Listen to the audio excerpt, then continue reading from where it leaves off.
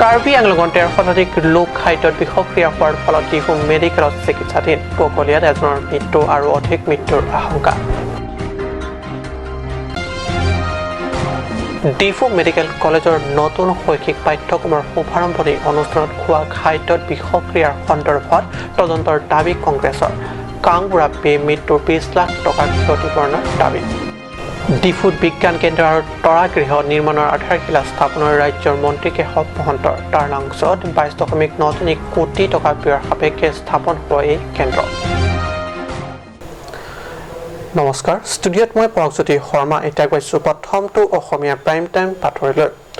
ৰজাঘৰৰ খাদ্য সেৱন কৰি জনসাধাৰণৰ মাজত হাহাকাৰ খাদ্যত বিষক্ৰিয়া হৈ ডিফু মেডিকেল কলেজত চিকিৎসাধীন 1.5 শতাধিক লোকৰ ইয়াৰ ভিতৰত আছে শিশু যোৱাকালি অৰ্থাৎ মংগলবাৰৰ দিনটো আছিল জিলা চিকিৎসা খণ্ডত এক ইতিহাস গঢ়াৰ দিন আছিল কাৰণ বহু প্ৰত্যাশিত ডিফু মেডিকেল কলেজৰ শৈক্ষিক একাডেমী বৰ্ষৰ শুভ উদ্বোধন কৰা হৈছিল এই শুভ উদ্বোধন হৈছিল সুন্দৰ চৰকাৰী ব্যৱস্থাৰে সংগীতেৰে নৃত্যৰে এক প্ৰকাৰ উলহ মালহেৰে মেডিকেল কলেজৰ শিক্ষা একাডেমী বৰ্ষ মুকলি কৰা হ'ল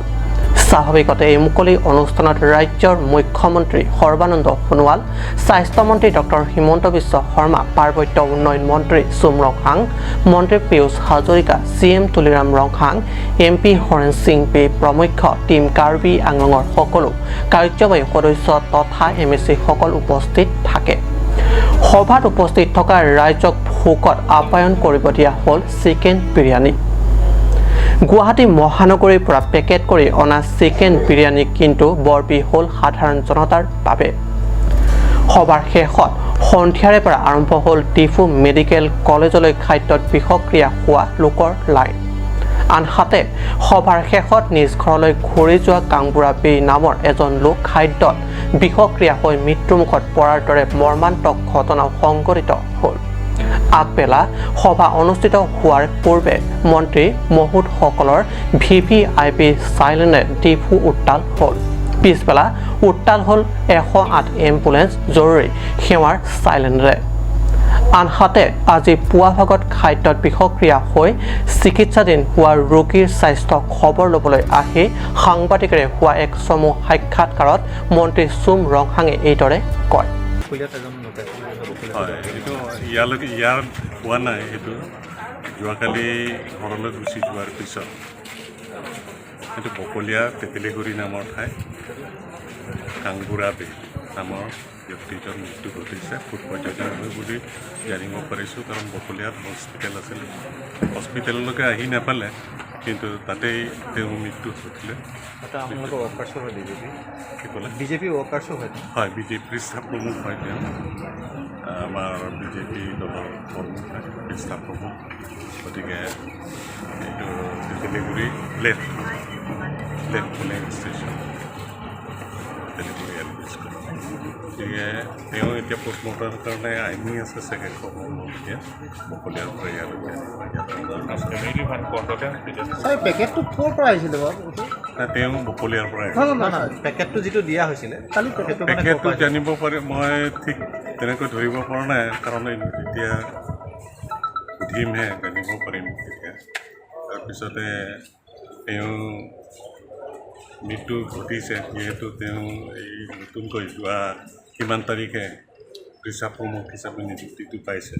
নিযুক্তি পোৱাৰ কেইদিনমানৰ পিছতে তেওঁ এই ঘটনাৰ বলি হ'বলগীয়া হৈছে কাৰ্বি সাহিত্য পৰিষদৰ CM তুলিৰাম ৰংহাঙেও আহি ৰোগীসকলৰ স্বাস্থ্যৰ খবৰ লয় আৰু সাংবাদিকৰ প্ৰশ্নৰ উত্তৰত তেখেতে এইদৰে মতামত ব্যক্ত কৰে যে অংশগ্ৰহণ কৰা সময় health department and national health mission department ফালৰ পৰা পেকেট লাঞ্চ দিয়া হৈছে পেকেট লাঞ্চ দিয়াৰ পিছত সকলোৱে নহয় 145 ব্যক্তিয়ে ইয়াত সেই পেকেট লাঞ্চ খাই পেলাই বিশেষকৈ ডায়েৰিয়া হৈছে ডিচেণ্ট্ৰি হৈছে তাৰপিছত ডিফু মেডিকেল কলেজত এডমিট কৰা হৈ গ'ল আৰু 28 যোৱাকালি ডিচাৰ্জ কৰা হৈছে লগে লগে ট্ৰিটমেণ্ট কৰাৰ পৰা ভাল হৈ গ'ল তাৰপিছত 28 ডিচাৰ্জ কৰাৰ পিছত 117 আছে 117ৰ পেচেণ্ট এতিয়া মেডিকেল ষ্টাফ গোটেইখিনি ডক্টৰ গোটেইখিনি চাই এতিয়া আৰু ডিচাৰ্জ কৰা আজিৰ ভিতৰতে প্ৰায় 30জন ডিচাৰ্জ কৰা হ'ব আৰু এডাল্ট 72 আৰু চিলড্ৰেন অৰুণ লেখাৰ ৰিপৰ্ট কাট নিউজ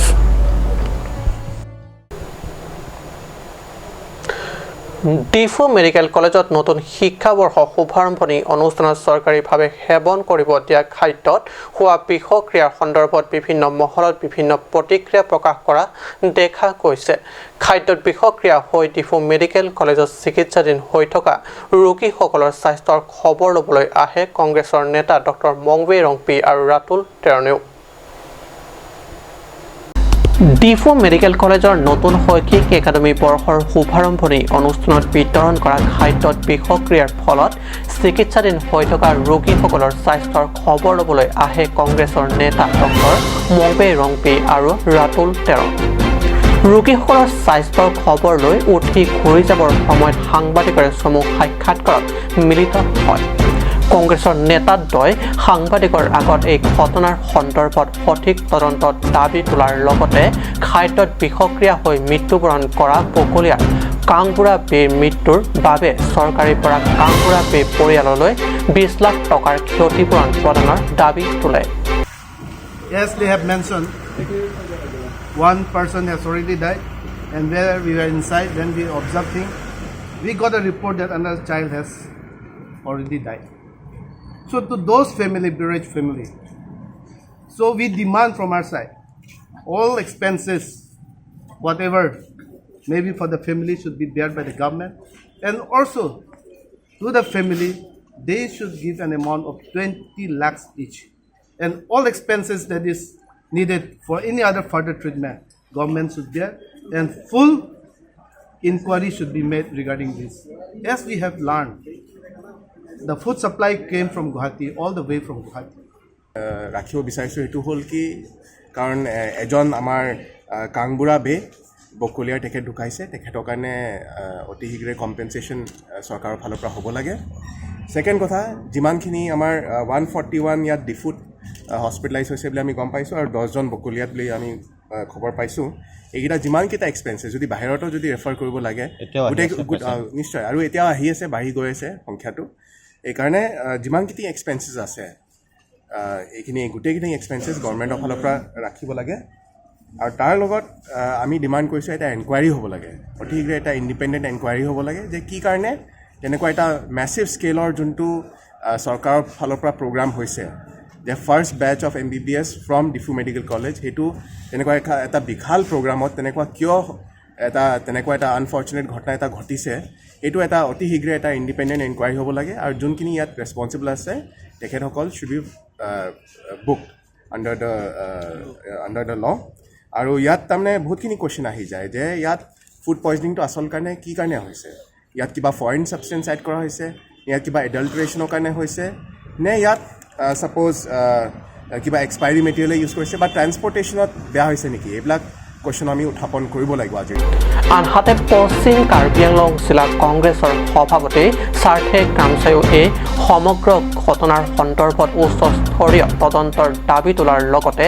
মৃত কাংবুৰা বে পৰিয়ালক 20 লাখ টকাৰ অনুদান দিয়াৰ দাবী জনায় তাক ভালকৈ তদন্ত কৰা হওক আৰু যিসকলৰ এই দায়িত্ব আছে Karbi Anglong autonomous council medical yen Rongpi ডাঙৰীয়া দৰকাৰ পৰিলে তলব কৰা হওক এৰেষ্ট কৰা হওক তেনেধৰণৰ কাণ্ডহীন জ্ঞানৰ কামৰ কাৰণে গতিকে আমি কংগ্ৰেছৰ পৰা সেইটোৱে ক'ব বিচাৰোঁ অতি দুৰ্ভাগ্যজনক কথা আৰু সোনকালে এই উন্নত চিকিৎসাৰ বাবে সিহঁতক চিকিৎসালয় প্ৰেৰণ কৰা হওক আৰু যিসকলে মৃত্যু হৈছে সেইসকলক উচিত ক্ষতিপূৰণ দিয়া হওক সেইটো আমাৰ কংগ্ৰেছ ফালৰ পৰা দাবী অতি কমেও 20 লাখ টকা সেইটো আমি কংগ্ৰেছ ফালৰ পৰা দাবী বঠাডাংছৰ পৰা জাছন হি আৰু ডিফুৰ পৰা অৰুণ লেখাৰ ৰিপৰ্ট কাট নিউজ সাংস্কৃতিক ক্ষেত্ৰত টাৰলাংচ আৰু অধিক গুৰুত্বপূৰ্ণ তথা আকৰ্ষণীয় হৈ উঠাৰ পথত টাৰলাংচ স্থাপন কৰা হ'ব ডিফু বিজ্ঞান কেন্দ্ৰ আৰু তৰাগৃহ বুধবাৰে এই বিজ্ঞান কেন্দ্ৰ আৰু তৰাগৃহ নিৰ্মাণৰ আধাৰশিলা স্থাপন কৰে অসম চৰকাৰৰ জলসম্পদ তথ্য আৰু প্ৰযুক্তিৰ মন্ত্ৰী কেশৱ মহন্তই বিধানসভা নিৰ্বাচনৰ আগে বিজেপি চৰকাৰৰ চমক সাংস্কৃতিক ক্ষেত্ৰত টাৰলাংচত 22.93 কোটি টকা ব্যয় সাপেক্ষে কাৰ্বি আংলং ৰাজ্যৰ বাবে স্থাপন কৰা হ'ব বিজ্ঞান কেন্দ্ৰ তৰাগৃহ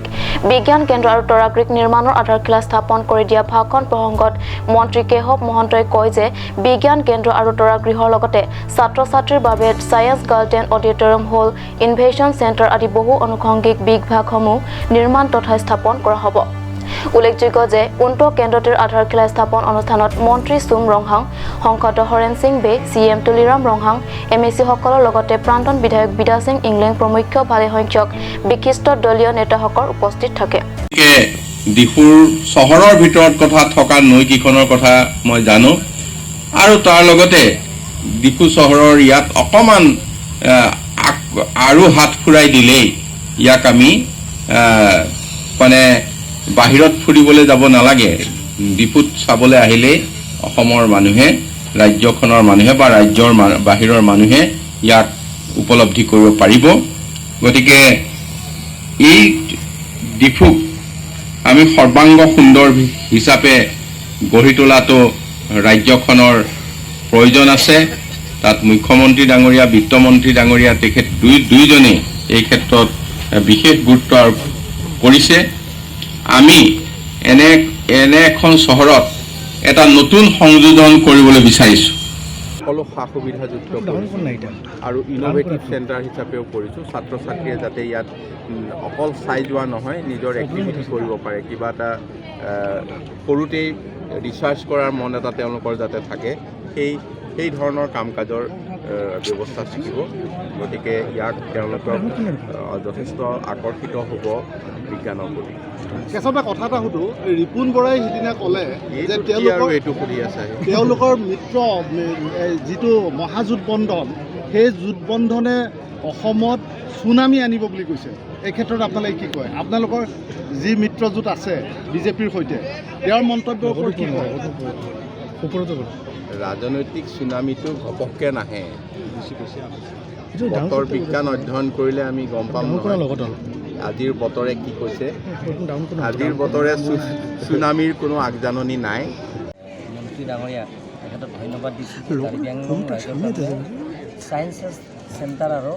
প্লেনেটেৰিয়াম উপহাৰ দিয়াৰ কাৰণে মই কাৰ্বি আংলং ৰাইজৰ হৈ তেখেতক ধন্যবাদ দিছোঁ অকল ছায়েন্স চেণ্টাৰ আৰু প্লেনেটেৰিয়াম নহয় তেখেতেও কৈছে ছায়েন্স গাৰ্ডেন হ'ব প্লেনেটেৰিয়াম থাকিব আৰু লগতে ইনোভেশ্যন থাকিব আৰু বেলেগ বেলেগ ধৰণৰ ইয়াত থাকিব গতিকে আঁচনিও প্ৰায় 22 কোটিৰ ওপৰত ইয়াত লোৱা হৈছে তাৰ কাৰণে মই কাৰ্বি আংলং ৰাইজৰ হৈ ধন্যবাদ দিছোঁ মংগলৰিংহি ৰিপৰ্ট কাট নিউজ সময় হৈছে বাণিজ্যিক বিৰতিৰ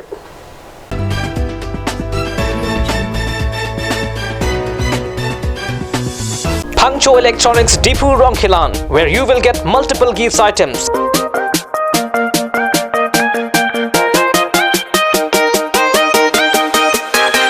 Sports equipments, school bags, mixture grinders, and any kind of home appliance and much more. Pangcho Electronics Deepu Rongkhilan. Visit the store now. Pangcho Electronics. Nangletum wo ke chung tung duk sita kachunam damje phana par kaduri dogok titima non pen ke nangletum thang tama thanong nilo TR Mid Supplies ladak pen nangletum wo ok chupai non ajon makenangji mate kang thantang makenangji hem tot lun pen chupai non TR Mid Supplies kachuphaji phana bang so number long umri non TR Mid Supplies. Order now.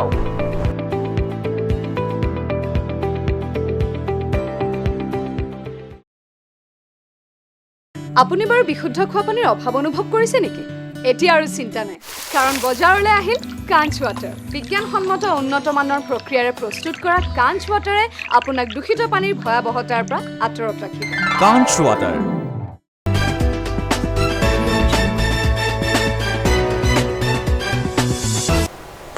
বিৰতিৰ পিছত পুনৰ বাতৰি মজিয়াত